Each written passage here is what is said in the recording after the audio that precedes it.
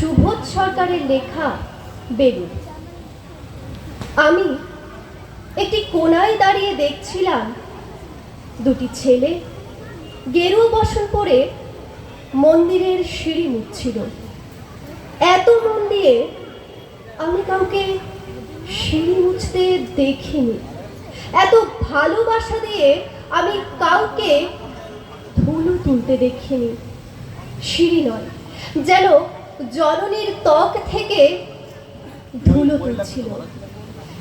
এভাবে কেউ সিঁড়ি থেকে ধুলো মুছতে পারে এই আমি কোথাও দেখিনি। স্থিতপ্রজ্ঞ মহারাজকে জিজ্ঞেস করলাম, এই ছেলে দুটি কে? মহারাজ মৃদু হেসে উত্তর দিলেন, একজন নিউক্লিয়ার ফিজিসিস্ট, একজন IBM এর 6 লাখ টাকার চাকরি ছেড়ে এখানে এসেছে, সিঁড়ি ধুতে এসেছে। যে সিঁড়ি দিয়ে মানুষ ওপরে ওঠে তা যেন পরিষ্কার হয়। মহারাজ চলে গেছেন। সন্ধ্যা নেমে আসছে গঙ্গায়, আমার ভেতরেও নামছে সন্ধ্যা।